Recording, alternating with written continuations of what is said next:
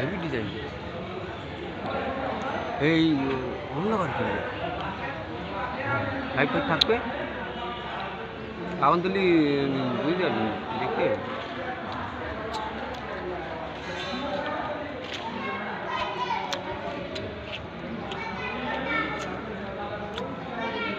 আর একবার আমি এলুম কিনে আসিনি না লোকের মাঝে সব আসেন, এটা দূরের রাস্তা সব থেকে, এটা দূরের রাস্তা। আমি